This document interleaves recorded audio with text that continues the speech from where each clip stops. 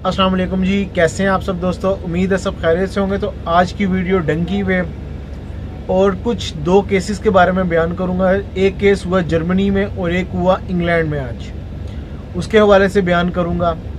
बहुत सारे लोग ये समझते हैं दोस्तों कि ये डंकी जो लगाना होता है या फिर इल्लीगल जाना, ये सिर्फ पाकिस्तानी करते हैं। तो आज थोड़ा सा बता दूं कि ये जो अभी रिसेंटली दो केस मंजर आम पर आए हैं, एक तो पाकिस्तानी इन्वॉल्व हैं जो इंग्लैंड में गए, पकड़े गए 31 मुसाफिर जो डंकी लगा रहे थे फ्रांस से इंग्लैंड की, और रास्ते में पकड़े गए। वो 31 पाकिस्तानी थे और डंकर भी जो था वो भी पाकिस्तानी था जो डाले में लेकर जा रहा था। इससे पहले एक डंकी लगी थी जिसमें 39 जो पैसेंजर्स थे वो उनकी हलाकत हुई थी। आज से तकरीबन 2-3 महीने पहले की बात है। और वो कंबोडियंस थे सारे। कंबोडियंस ने डंकी लगाने की कोशिश की, वो भी फ्रांस से यूके की डंकी लगाने की। अभी मैं थोड़ा सा इसके बारे में बता देता हूँ डिटेल में। उसके बाद मैं बताता हूँ कि आज ही दूसरा जो केस मंजर आम पर आया जो कि जर्मनी में हुआ, वो पाकिस्तानी नहीं थे, इराकी थे। इराकी ने डंकी लगाई, बेसिकली वो फिजाई डंकी थी। अभी इनके ऊपर मैं रोशनी डालूंगा। मैं जब दोस्तों वीडियो बनाता हूँ, मेरी वीडियोस में हमेशा यही होता है कि भाई आप लीगल तरीके से जाएं, लीगल प्रोसीजर को फॉलो करें, आपका प्रोसेस करें। अपना वीज़ा आपका लगेगा, थोड़ा सा टाइम लगेगा और आप चले जाओगे। लेकिन सब्र तो है नहीं हमारी कौम में। उन्होंने कहना नहीं जी नहीं, आज के आज ही हमने पहुंचना है, पहुंचा दो किसी तरीके से, डंकी लगा के जाएंगे। जितनी मर्जी आप वीडियोस बना लो, हमने तो जाना ही जाएंगे डंकी लगा के। मेरा रूममेट था, उसकी मैं बात बता दूं, वो भी इसी तरह बेसब्रा दुबई में। मैं खैर अब अबू धाबी में होता हूँ, पहले दुबई में बुर्जुमान में जब मैं रहता था। तो मेरा रूममेट था, उसने यूरोप जाना था, उसकी पूरी फैमिली यूरोप में सेटल थी। किसी तरीके से भाई पहुंचा दे मुझे यूरोप में। उसको काफ़ी समझाया कि भाई ऐसा करते हैं कि अभी ये लॉकडाउन ख़त्म हो जाए, मैं तुझे भिजवा दूंगा किसी ना किसी यूरोप में, यूरोप के कंट्री में, स्पेन में, फ्रांस में, कहीं ना कहीं का वीज़ा लगवा देंगे तेरा। लेकिन नहीं भाई, मुझे आज ही पहुंचाना है, कहीं ना कहीं पहुंचा दो। तो फिर आखिरी ऑप्शन भाई तुर्की था। तुर्की का वीज़ा उसका लगवा के दिया, तुर्की गया, तुर्की से उसने जाकर डंकी लगा दिया। अभी तकरीबन 1 महीना हुआ, उसका कोई अता पता नहीं है। इस्तांबुल में पहुंच के उसने मेरे साथ कांटेक्ट भी किया था, हम सबको बताया कि मैं खैर खैरियत से पहुंच गया हूँ। हमें पहले तो नहीं बताया कि डंकी लगानी है। वहाँ से पहुँचने के बाद भाई मैंने वहाँ से आगे जाना है। तो तकरीबन 1 महीने से उसके साथ कोई कॉन्टैक्ट नहीं है। उसी तरह बहुत सारे और भी मेरे फ्रेंड्स, उनके साथ वीडियोस मैंने बनाई थी जो डंकी लगाई थी उन्होंने किसी ज़माने में। तो लेकिन वो थोड़ा सा आवाज़ का इशू आ रहा था, वॉइस का, तो इसलिए मैं पब्लिश नहीं कर सका हूँ उस वीडियो को। पड़ी हुई है मेरे पास। खैर वो किस तरह से वो तुर्की से वापस पाकिस्तान आया। यहाँ से पाकिस्तान से लोग तुर्की जाते हैं डंकी लगा के, वो वहाँ से आया था पाकिस्तान। तो वो एक लंबी स्टोरी है, वो किसी और वीडियो में बताऊँगा। अच्छा, ये जो आज 2 केस हुए, पहले इनके बारे में डिस्कस करता हूँ दोस्तों। एक जो केस हुआ ना, बड़ा मुनफरिद किस्म का हुआ जर्मनी के अंदर। फजाई यानी कि बाय प्लेन उन्होंने डंकी लगाई है।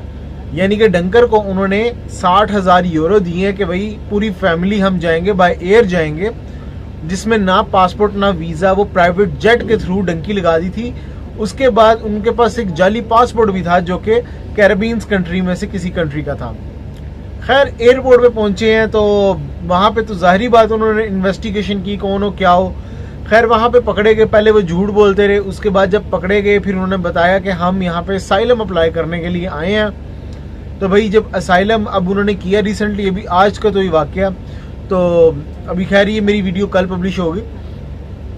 उनके बाद उन्होंने असाइलम अप्लाई किया। जब असाइलम आप अप्लाई करते हो तो दोस्तों वो आपको डिटेंशन सेंटर में लेकर जाते हैं। फिर वो एक प्रोसीजर होता है, कुछ लोग 4 दिन में निकलते हैं, कुछ लोग 20 दिन में डिटेंशन सेंटर में बाहर निकलते हैं। इस तरीके से उनका वो एक प्रोसेस आता है। वो एक अलग वीडियो में बताऊंगा क्या क्या प्रोसीजर है। अभी मैं एक बात बताऊं कि मैं जब वीडियोस बनाता हूं ना, बहुत सारे लोग कहते हैं भाई आप लीगल वेज के थ्रू हमें बताएं। जब मैंने एक वीडियो बनाई थी जिसमें मैंने लीगल वेज बताए थे कि ये तरीके हैं, और फिर इतने कमेंट्स आए थे भाई इलीगल वेज भी आप थोड़े से डिस्कस कर दें कि कौन कौन से हैं। उस पर वीडियोज़ आई तो अच्छा ऑपोजिट लीगल वीडियो बनाने के नीचे जी इलीगल आ रहे हैं जी, हमें वो दूसरा तरीका बताओ। अगर वो बता दिया तो जी फतवे। खैर मैं इसके ऊपर ज़्यादा बात ही नहीं करता हूँ। अच्छा, ये सिर्फ मैं केस डिस्कस कर रहा हूँ क्या क्या। क्योंकि जो मैं वीडियोस बनाता हूँ मैं 40% तक इन्फॉर्मेशन आपको देता हूँ, 60% इन्फॉर्मेशन मैं हाइड करता हूँ। अगर मैं 60% इन्फॉर्मेशन जो मैं नहीं बयान करता हूँ वो करनी शुरू कर दूँ ना, तो आप बहुत ज़्यादा मिस यूज़ करो उस चीज़ का। अच्छा, अब जो दूसरा केस हुआ इंग्लैंड का, वो ये हुआ फ्रांस से 31 मुसाफिर भाई जी स्पेन वाया ट्रक इंग्लैंड जा रहे थे, तो रास्ते में पकड़ा गया। क्योंकि रास्ते में बॉर्डर तो है नहीं, वो एक पुल के साथ इंग्लैंड और फ्रांस जुड़े हुए हैं, तो वहां पे चेकिंग होती है, वहां पे पकड़े गए। मुझे एक चीज समझ में नहीं आई कि यार कि आप फ्रांस को या फिर यूरोप को छोड़ के वहां पे क्यों भाग रहे हो इंग्लैंड में। इंग्लैंड के अपने जो हालात हैं वो इतने बुरे हैं, अगर आप असाइलम अप्लाई करते हो, रेफ्यूजी इंग्लैंड में अप्लाई करते हो, तो दोस्तों बहुत जलालत वाली बात है, क्योंकि वो तो एक्सेप्ट ही नहीं करता। 10-10, 20-20 साल जो इलीगल माइग्रेंट्स यूके में बैठे हुए हैं, वो 20 साल बाद अपना सोचेंगे उनको पासपोर्ट मिलेगा। अगर उनका रेफ्यूजी असाइलम स्टेटस एक्सेप्ट होता है, वो उस सूरत में होगा कि बहुत ही जेन्युइन किस्म का, बहुत ही मुनफरिद किस्म का आपने केस डाल दिया। ये वहां पे तो जाके सारे रो रहे होते हैं कि जी हमें पाकिस्तान में प्रॉब्लम होगी, बंदे मार दिए, ये हो गया, मेरे पे पर्चे कट गए, तो ये नॉर्मली एक बात है। तो बड़ा मुनफरिद किस्म का जो केस होता है ना, उसको वो एक्सेप्ट करते हैं 100 में से एक आधे बंदे का, बाकी 98 से 99% लोगों के एक्सेप्ट रिजेक्ट होते हैं। तो मुझे नहीं समझ आ रही कि भाई ये डंकियां लगा के उधर यूके में क्यों जाना चाह रहे हैं। इससे अच्छा यूरोप है। यूरोप में अगर आप रहते हो तो यूरोप आपको एक्सेप्ट भी कर लेता है, कुछ अर्से बाद वो पासपोर्ट भी दे देता है, और उस पर आप यूके में भी जा सकते हो, कहीं पे भी जा सकते हो। अभी मैं बता दूं, ब्रेक्सिट डील के बाद उनके जो कानून है वो सख्त हो गए हैं। लेकिन मैं एक चीज बताऊं, बहुत सारे लोग समझ रहे हैं ब्रेक्सिट डील के बाद यूके यूरोपियन यूनियन से बाहर निकल गया। अभी ऐसा नहीं हुआ, अभी भी जो यूके यूरोपीय यूनियन में है। अभी यहाँ पे एक क्वेश्चन आएगा कैसे हो सकता है। दोस्तों, इनका एक मुआहिदा है, दिसंबर 31 तक ये यूरोपीय यूनियन का ही पार्ट रहेंगे। यूके अभी भी यूरोपीय यूनियन का पार्ट है, और ये अगर इंग्लैंड के लोग यूरोप में जाके काम करना चाहें वो कर सकते हैं। इसी तरह यूरोप से लोग इंग्लैंड में आए काम कर सकते हैं, उनको वीजे की जरूरत नहीं है। लेकिन जैसे ये 31 दिसंबर के बाद यानी कि 1 जनवरी से ये यूरोप के भी जो लोग होंगे उनके लिए भी वीजा रिक्वायर्ड होगा। जैसे वो जा रहे हैं अभी, वैसे नहीं वो जा पाएंगे, उनके लिए भी वीजा रिक्वायर्ड है। और यूरोप का भी जो यूके नेशनल है वो भी अगर यूरोप में जाके जॉब करना चाहेंगे तो उनको भी वीजा लेना पड़ेगा। खैर, ये एक अलग टॉपिक है। अभी मैं बता दूं, बहुत सारे लोग मुझसे पूछ रहे होते हैं कि समीर भाई ये बता दें कि यार इंडोनेशिया कैसे जाना है। इंडोनेशिया जाने का मकसद बहुत सारे लोगों का ये, तो मैं हर बंदे की बात नहीं कर रहा हूँ, लेकिन मेजोरिटी लोगों का यही होता है कि भाई इंडोनेशिया पहुंच जाए, बाली पहुंच जाए, वहां से फिर भाई शिप के थ्रू और कश्तियों के थ्रू जी ऑस्ट्रेलिया निकल जाएंगे। मैं एक चीज बता दूं, ऑस्ट्रेलिया जाने का, डंकी लगाने का जो बंदा सोच रहा है ना, पहली बात है कि वो लगनी है सारी शिप के थ्रू, लगा भी ली, चले आप ऑस्ट्रेलिया पहुंच भी, तो ऑस्ट्रेलिया ने आपको एक्सेप्ट नहीं करना। ऑस्ट्रेलिया का कानून है कि जो भी इलीगल माइग्रेंट उनकी कंट्री में आया उन्होंने एक्सेप्ट नहीं करना, उन्होंने वापस आपको आपकी कंट्री में डिपोर्ट करना ही करना है। उसके बाद बहुत सारे लोग मुझसे मैक्सिको, ब्राजील के बारे में पूछ रहे थे, वो यही है कि किसी तरीके से अमेरिका पहुंच जाए। और तुर्की जाने वाले वो ज्यादातर वो यही होते हैं, किसी तरीके से यूनान की डंकी लगा ली जाए। मैं एक चीज बताऊं दोस्तों, जिस तरीके से आप मेहनत करके वहां पे पहुंच रहे हो ना, तो आप जेन्युइन तरीका यूज करके आप वैसे ही यूरोप का वीजा लेके जा सकते हो। प्रोसेस थोड़ा सा लेंथी होता है, वो आपको समझ में नहीं आता, लेकिन अगर आप फॉलो करते हो हर चीज तो आपको वीजा मिल जाता है। अच्छा, मैं एक लड़का से मिला हूँ, लड़का जी वेंटिलेटर स्टेज पे इस टाइम, पासपोर्ट की मैं बात करूँ, खुदा ना खास्ता वैसे खुद नहीं, यानी कि उसने इतनी रिफ्यूजल लगवा ली है, इतना का केस बड़ा गर्क करवा लिया एजेंटों के पास जा जाके कि उसका जो पासपोर्ट है ना वो आखिरी स्टेजों पे है।